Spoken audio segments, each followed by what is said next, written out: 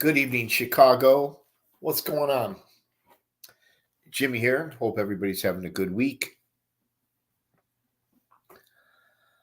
I'm going to be doing some traveling in the next couple of days, and I want to drop just a short story today. We're going to talk about some of the elder statesmen of the Chicago outfit, some senior citizens, gentlemen that the government was relentless going after. You know, they don't care if you're in your 90s. If you committed a crime, they're going to try to put you in jail. And that's exactly what they did. And that's what today's story is about. I think once an alleged criminal or an inmate gets to be around late 60s, early 70s, I think they should automatically release them. Obviously with restrictions, especially if they're not convicted of any violent crimes. There's no reason to keep a man in his 70s, 80s, and 90s locked up in a federal prison. If you guys like my Chicago mob trial stories, please hit the like button, subscribe, share with your friends. Before we get into it, I want to show you some merch that I have. I've got T-shirts, and I've got some 8x10 photos. You can get the pictures framed or unframed.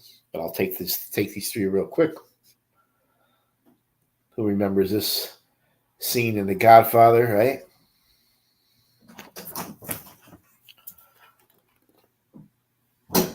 This one here we got. One of my favorites, Sam Wings Caresi. You can get this in a shirt. You can get this framed, unframed. You got a nice Sopranos. One of my favorites from Goodfellas. Public Enemy #1. There's a photo or a T-shirt I have of Joey the Clown Lombardo when he was on the lam. The Last Supper photo.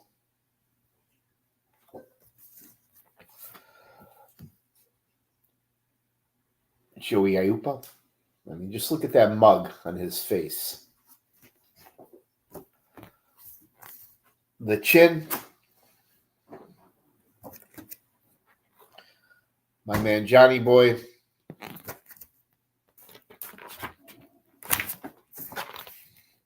Goodfellas. So these are some shirts that I have. These are photographs that I have. You can get them framed, unframed. I also have copies of Nick Calabrese transcripts. If you guys are interested in those, I'll give you my email real quick here. If you guys have any comments, any questions, you want to reach out to me, it's my contact information.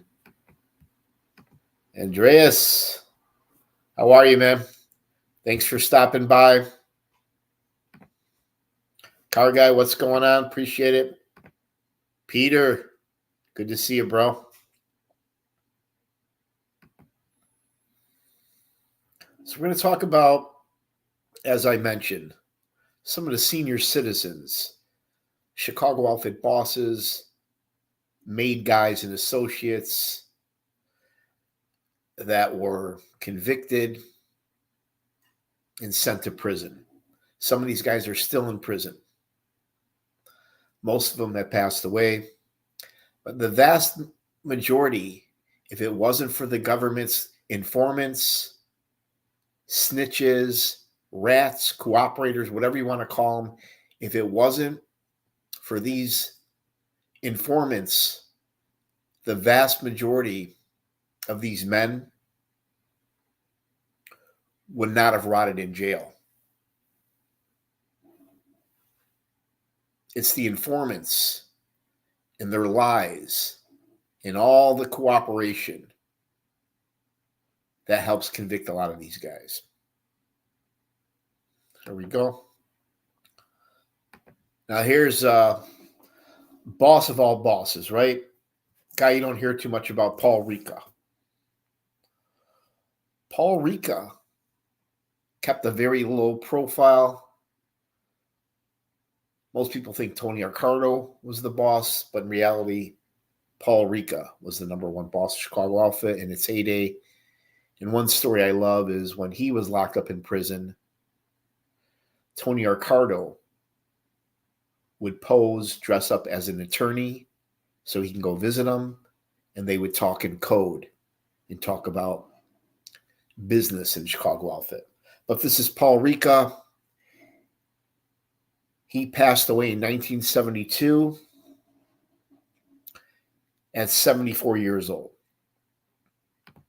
Now here you're looking at two of the most powerful, respected, wealthiest men in the country. Back in the day, you got JB, Joe Batters, Tony Accardo. His right-hand man, his driver, his underboss, Jack Sarno. Tony Accardo passed away Tony Accardo passed away in 1992, and he was 86 years old. Big Tuna lived a long life, stepped away from the Chicago outfit, and made millions of dollars. Jack Sarno, unfortunately, was convicted in the strawman case. He passed away in 1996, but he lived to be 82 years old. Now here you got one of the most violent, ruthless bosses of the entire commission. Head of the Chicago outfit, you got Joey Doves Iupa. This man led the Chicago outfit with an iron fist, and he believed in fear, in violence. Anybody that got out of line, anybody that broke a rule was getting clipped.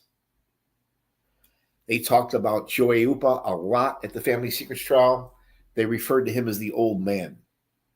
He passed away in 1997. He was 89 years old. Let's read a couple comments here.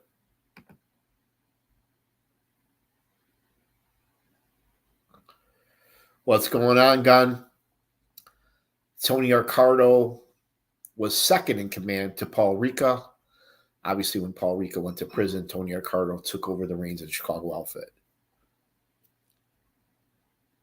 Then Tony Accardo stepped back from the Chicago outfit, became more of a counselor. Legends. What's up, Pete? Yep. I could easily call this one Legends.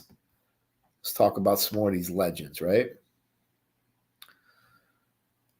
Now, unfortunately, this guy wasn't a legend. This guy was a notorious Jewish gangster, a lieutenant, an associate of the Chicago outfit that controlled a lot of gambling on the North Shore. Lenny Patrick goes back to the Al Capone days, and they eventually nabbed him. They had him on multiple charges. He admitted that he did not want to die in jail, so he decided to flip and wear a wire against Gus Alex. He testified that he's known Gus Alex 35 years. This is one of the most evil, sickest man that I've ever laid eyes on. I seen him testify against the Sam Caresi crew. I also seen him testify against Gus Alex. And during the Caresi trial, that was the second trial I went to, I thought for sure Tony the Hatch Chiaramonte was going to attack Lenny Patrick on the stand. I'd rather go out, drink, and smoke cigars with O.J. Simpson, Saddam Hussein, and Osama bin Laden than this scumbag here. Lenny Patrick, though, he lived to be 86 years old. Did not die in jail. He's very lucky he wasn't a victim of the Chicago outfit. Now, getting back to the legends, we got Gus Alex, my very first trial. Gussie was known as the political fixer. Nobody had more political power in the entire Cosa Nostra. And all the organized crime families in this country, including Canada, nobody had more connections than this guy here. He controlled all the 50 aldermen in the city of Chicago, most of the Cook County Sheriff's Department. He had influence at the state, controlled pretty much the entire Chicago Police Department, had good friends with a lot of businessmen, small businessmen, big businessmen, realtors, developers, union guys. Had a lot of friends in Greektown. Gus Alex was very close to Vice President Spiro Agnew. That was Nixon's vice president. But unfortunately for Gus Alex, the government eventually indicted him. They were able to prove to a jury that Gus Alex received kickbacks, $5,000 in cash envelopes from Lenny Patrick's violent extortion crew. When Gus Alex was in court, he was 76 years old. Lenny Patrick was 78 years old at the time. Gus Alex passed away in 1998, and he was 82 years old. But God bless Gus Alex and his family. Here we got the Master Blaster, Samuel Volpendensto. I can't pronounce his name. We'll call him Sammy the Blaster. Now, this guy's a World War II veteran, right? He was one of the co-defendants at the Mike Sarno trial. He came out in a wheelchair in an orange prison jumpsuit. He didn't even care to dress up for the jury. They actually played tapes of him bragging about the bomb that the crew used to blow up one of their competitors. He also was on tape telling stories about Tony Accardo and Mad Sam DeStefano. I'll never forget seeing this man in court, laughing, sleeping in court, making wisecracks. But when they played the tapes of Sammy, I'll never forget it. This guy here, he lived to be 80 years old. He died in jail in the can at 80 years old. He received a 30-year prison sentence. Now, this is another trial I went to, was the Operation Gambat investigation that led to the downfall of the First Ward. As we all know, the First Ward controlled the entire city. They had all the power, all the connections. There's Alderman Fred Rohde. This guy's like maybe 5'2" tall. He was on trial with Pat Marcy. Both made members of the 26th Street crew. Unfortunately, Pat Marcy was too sick to stand trial. Pat Marcy ended up dying. He lived to be in his 70s, I believe. But Alderman Rohde, he died at 78 years old. It was that informant, Bob Cooley, crooked cop, corrupt lawyer, that wore a wire and brought down the First Ward. His testimony destroyed the Chicago outfit. But God bless Alderman Fred Rohde and his family. Here we got Fafa, the pizza guy, Al Tornabini. This gentleman was talked about quite a bit at the Family Secrets trial. He was, according to Calabrese, one of the men that control took place of the making ceremony of several Chicago outfit made guys. He was right there under IUPA, but God bless Al Tornabini. He lived to be 86 years old. Now here's one of my favorite guys, Robert Bobby, the boxer, Boom Boom Salerno. I'll never forget, I went to his trial, the first trial, Good Ship Lollipop trial. All the defendants were found guilty with the exception of Bobby Salerno. The jury hung on Bobby Salerno. I remember seeing him on the news. He was actually shocked that he walked in the first trial, and he was so proud that his son, Alex Salerno, represented him. That was like a small victory for Bobby Salerno. But fast forward, the government tried him again for the murder of Hal Smith. Hal Smith was one of the largest bookies in the country back then.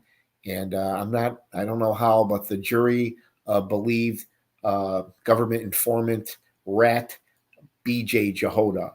B.J. Jehoda wore a wire, and he testified against all of his friends. He said that they had a condo at the New York condo building right there in Wrigleyville in the Lakeview area, and it was like an open door policy, meaning the guys could come and go as they pleased. But he was very good friends with Rocky, Louis Marino, Sally, Bobby, and the guys, and eventually decided to cooperate against them. But the jury believed BJ Jehoda, and unfortunately for Alex Salerno and Bobby Salerno was found guilty. The jury believed that he was the man dressed in black. However, if I was on that jury, I definitely would have found this man not guilty. But Bobby Salerno, let me see, he lived to be 88 years old. He eventually did not die in prison, did his time like a man, never ratted, never rolled, came home, died in California at 88 years old. This man lived a long life, but God bless his son, Alex Salerno, who died when Bobby was locked up. Nothing worse than losing a son or a child. And God bless Bobby Salerno. I'll never forget when I talked to him at a break at the water fountain during a break at the Family Secrets, or during a break at the Bobby Salerno trial. But God bless Bobby Salerno. He passed away 88 years old. Let's read some comments here.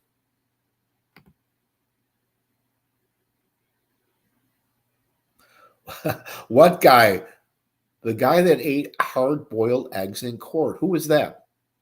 I know the one guy.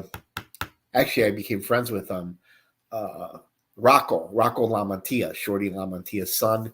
He was a Chicago office associate from the 26th Street crew. His father was a close associate, but they never made Shorty for some reason. But he got caught smuggling, I think it was capicola or prosciutto or some Italian salami. He tried to smuggle that into Frank Calabrese. One of the federal marshals in court caught it. They considered that contraband, and Rocky LaMattia was barred from the Family Secrets trial. So that's kind of a funny story. But literally, they were trying to smuggle Italian salami to Frank Calabrese Sr. during the trial.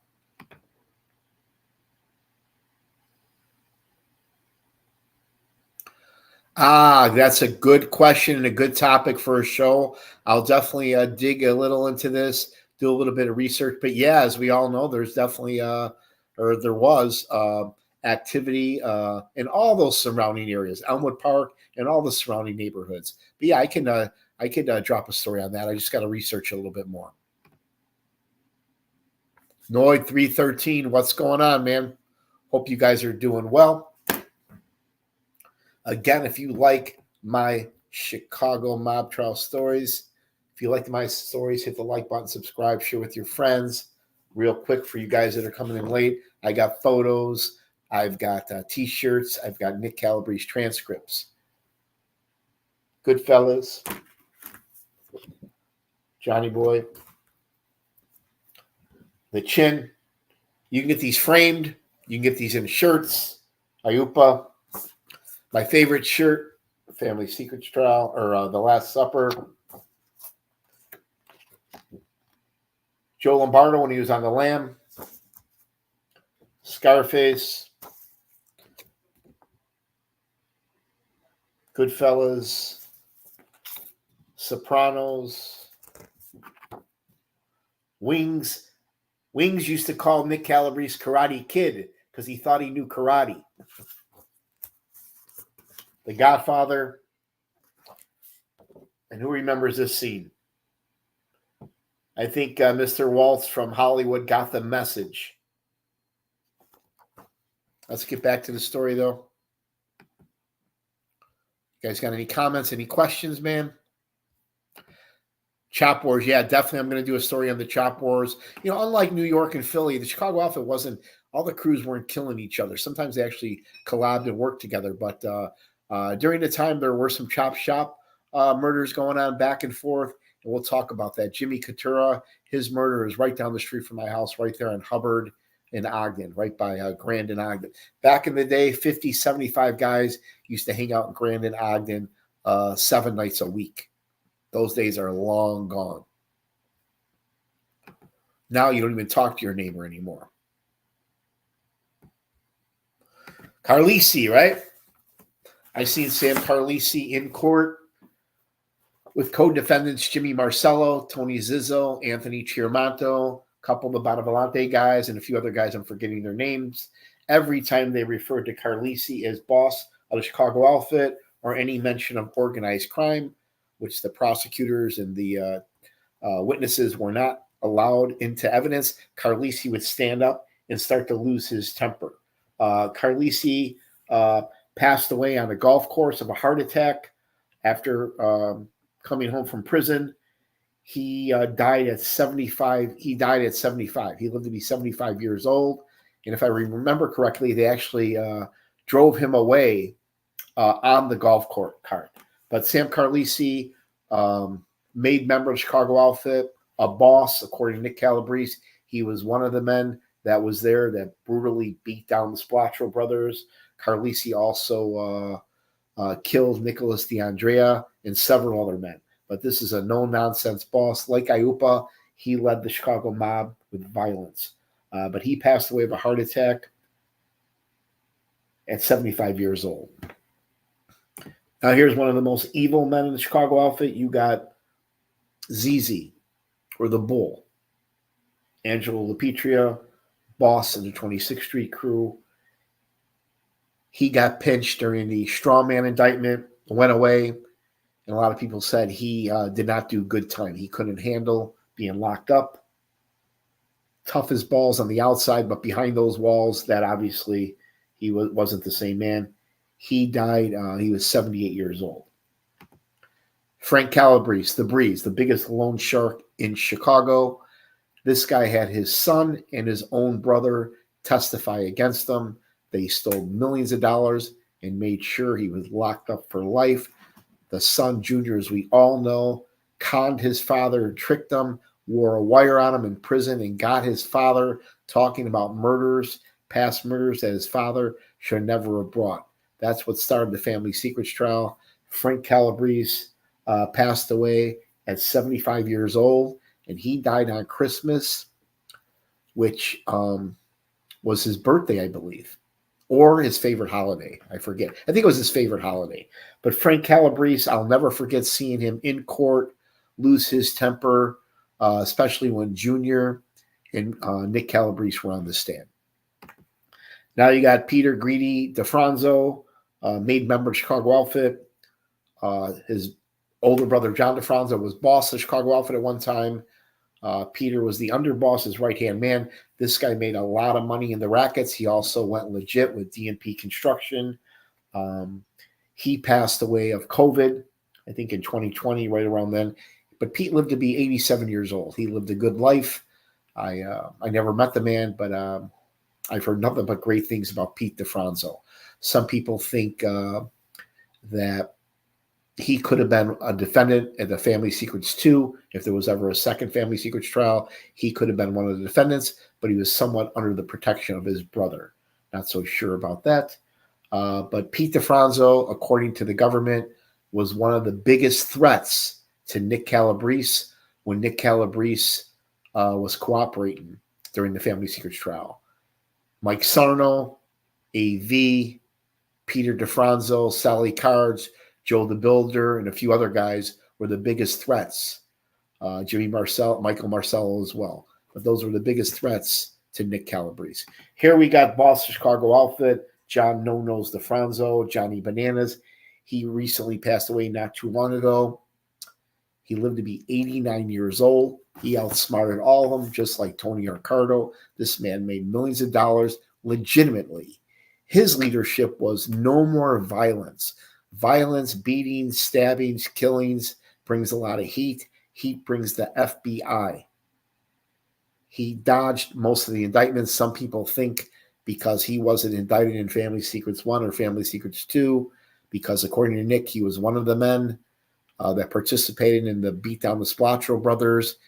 John Defronzo unloaded a gun that Michael Splatro had on him. He wiped a smudge of blood off the wall, and he personally took part in the beatdown and stomping of Tony Splatro. According to Nick Calabrese testimony, if you believe him, No-Nose was one of the man there that day. And Pat Splatro, the dentist, Spatro's older brother, who snitched on Joey Lombardo when he was on the lam, he challenged the government. He wanted No-Nose Defronzo charged. Pat Splatro was obsessed with his brother's murders. As I said many times, he testified that he went to all the federal jails in the country visiting every mob guy and associate that he knew, and he asked them, who killed my brothers and why, including Joey Lombardo, and everyone ghosted him.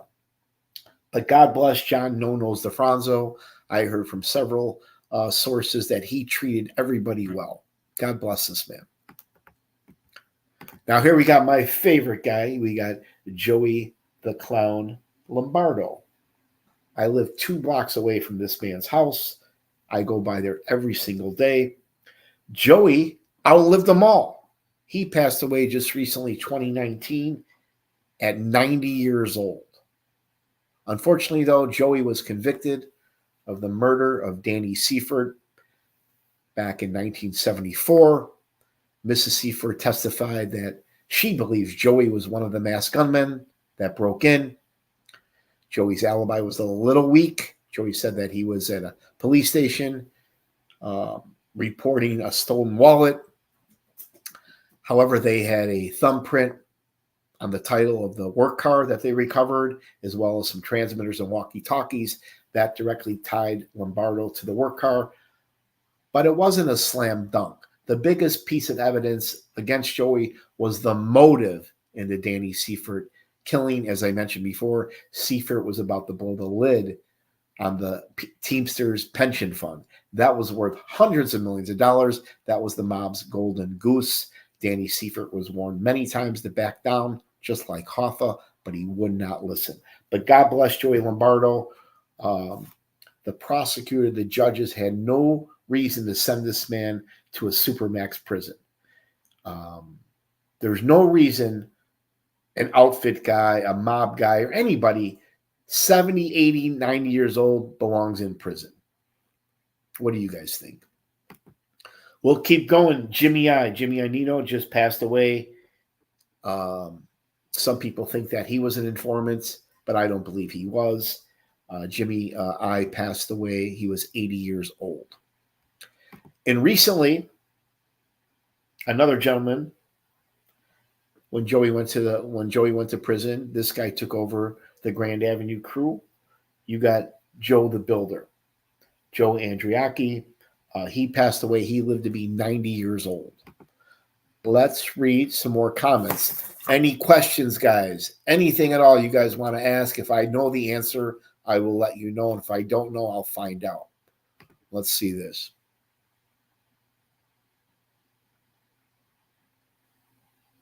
Yeah, you make a really good point. I always feel sorry for the victims. And some of these victims are innocent victims, but others, I hate to say it, some of them had it coming, meaning they were bad guys. They were killers themselves. But there's other ways to punish guys that are in their 70s, their 80s, or 90s. Rather than pay so much money to lock them up and pay for all their medical expenses and to feed them and house them, I say let them come home, compassionate release, maybe house arrest, maybe they can be monitored, or hit them in the pocketbook. That's where I think the punishment should be. Hit them in the pocketbook. We're going to give you your freedom, but we're taking away your buildings, your cars, and all your cash. I don't know if they would like that, but at least they would have their freedom. But absolutely, you bring up a good point, man. I cannot argue with that. Yeah, well, like Joey said himself on the stand, he did not know Pat was a beefer. The first time Dominic Frex Carlarco and Joey reached out to Pat because of Joey's toothache, the dentist asked him, who killed my brothers and why? Joey said he didn't know, but he was in the can when it happened. If he wasn't in the can, he would have never allowed the splotches to be clipped. In other words, if Joey was out on the streets, no way in hell would he allow that to happen. But Joey was wrong. God bless him. I don't think God himself could have helped the Splatcher brothers. That's how pissed off the bosses were. That's just my opinion. But the second time, Joey had to go back to the dentist late night, after hours, on the down low. Dr. Pat Spalaccio asked Joey again, who killed my brothers and why? This time Joey said, Doc, When you're given an order, you got to go. If you don't follow that order, you go too. The dentist did not like that answer. He called up the FBI and tipped them off where Joey Lombardo was. The rest is history. Absolutely, they were a cut. One, it was one family. Better leadership, easier to control. They weren't killing each other like the New York and Philly guys and Boston guys. Another thing, as I said before, they had much more political connections. Judges, aldermen, policemen, all your political influence Chicago outfit had. Where the New York guys, they had a little political influence and some corruption in the police department, but nothing like the Chicago outfit had. So that was the biggest difference. Forgot to mention Milwaukee Phil. He was an old guy too that died in prison as a senior citizen. But Milwaukee Phil, I heard, he ordered a hit from jail on an outfit associate that was messing around with his wife. But here, let me post this for you if you guys ever want to reach out to me. Anybody wants to donate to my channel, super chat, I'd appreciate it. If not, no big deal. I'm not doing this for money.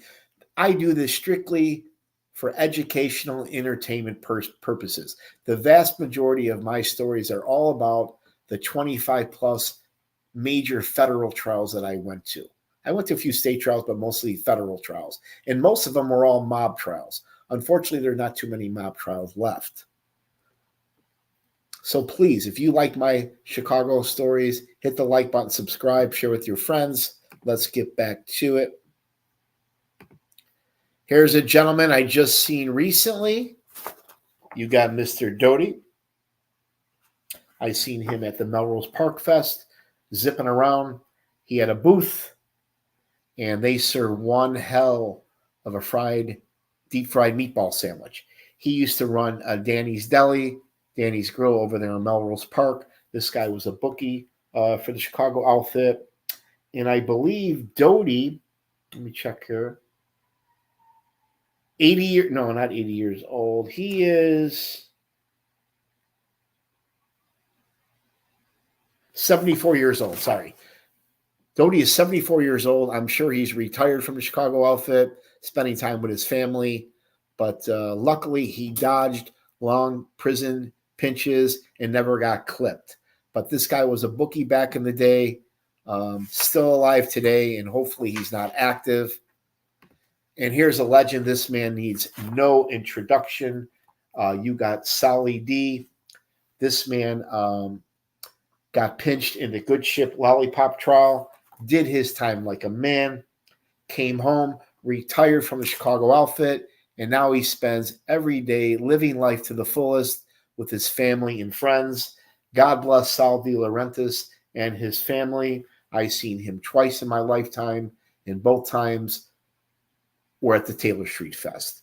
This past year and the year before, tanned, handsome, thin, guy looked like a movie star. This is a legend in Chicago, still alive today at 85 years old. Now, on a sadder note, you got Jimmy Marcello. Jimmy Light, little Jimmy.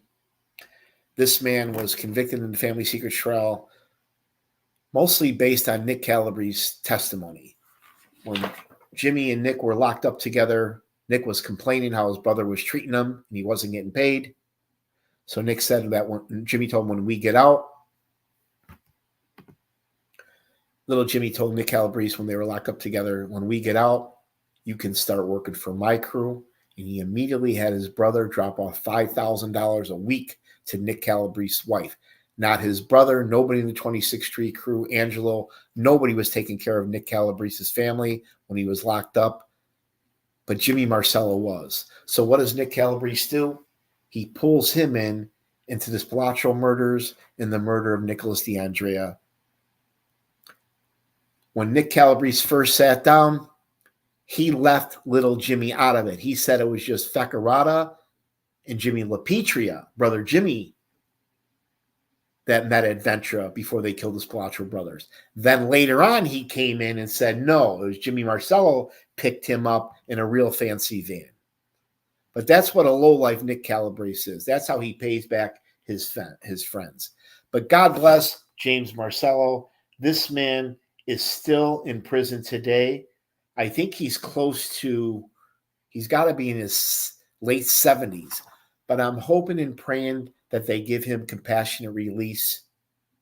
There's no reason that a man like this deserves to be in a maximum prison. His family has suffered enough, and it's time that they bring him home. He's no longer a threat to anybody. His mob days are over. It's time to bring him home, even if it's house arrest. Bring this man home to his family. Now, here's another guy. Now, Large is 67 years old, not in good health. He's trying to get out on compassionate release as well. Him and his crew got pinched in a major RICO case where they blew up a competitor. Large, I think, got 25 or 30 years. But the odd thing in the Large trial is, here's Mike Sarno, alleged street boss of Chicago outfit. He gets 25, 30 years, but yet his co-defendant, outlaw motorcycle gang member Mark Polchman, gets 60 years. 60 years. No guns, no drugs, no murder. Nobody got hurt. That's not right. Mike Sarno is no longer involved in organized crime. His days are over. Now, back in the day, coming up under Bobby Salerno, hell yeah, he was active. This is a stand-up man. He's no threat to anybody. It's time to bring him home. How about some of these dinosaurs here, though? Don't forget about the Carlo Gambino, right? Right there under Tony Accardo, one of the most powerful men in the country. This guy made more money than BP Amoco Oil. He died 74 years old. I don't think he ever spent any time in prison, just like Tony Accardo.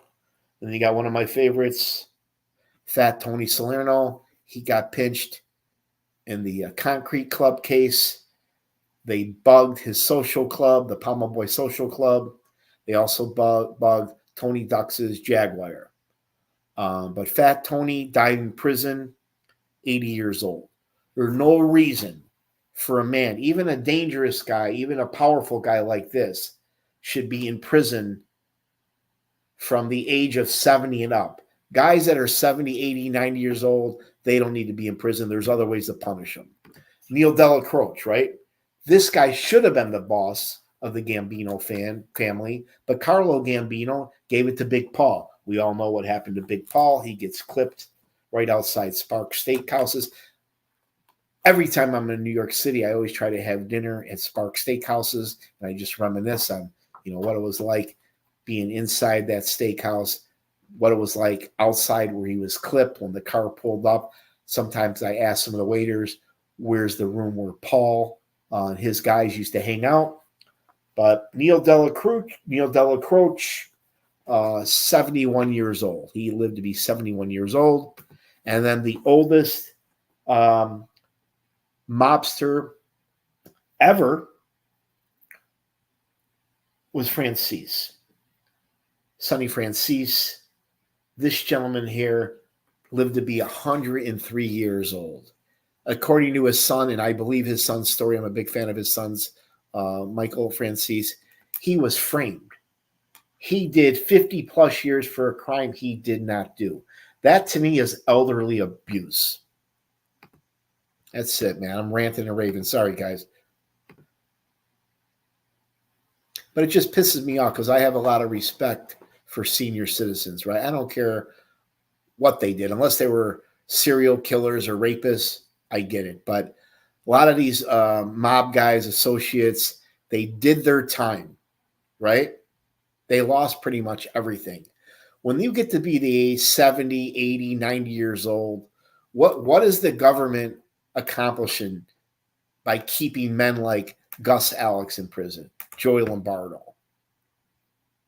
I don't know. I don't get it. We need to focus on terrorism, drug cartels, and street gangs.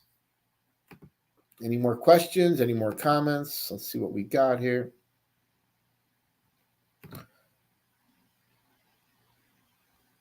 Hopefully I didn't forget anybody. But if you guys want to send me some comments, if you have any ideas for some upcoming shows, let me know. If you want to do a tour of the Grand Avenue neighborhood or the Taylor Street neighborhood or the Bridgeport, let me know. Give me a 1-2 weeks notice and we'll do it.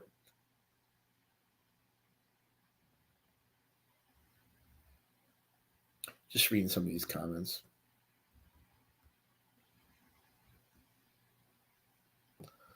Here's my email. But that's it. I'm going to be traveling. I'm going to New York, New Jersey. I'm going to hit the Jersey Shore, the boardwalk, spend a little time at the Atlantic Ocean. Then Saturday, I'm going to take the train into New York City. And at night, I'm going to go to the Sam Gianara Fest. And then Sunday, I'm going to Asbury Park. I'm going to see the legendary Bruce Springsteen. So I'll definitely be posting some videos and pictures on TikTok. Maybe I'll do a YouTube short.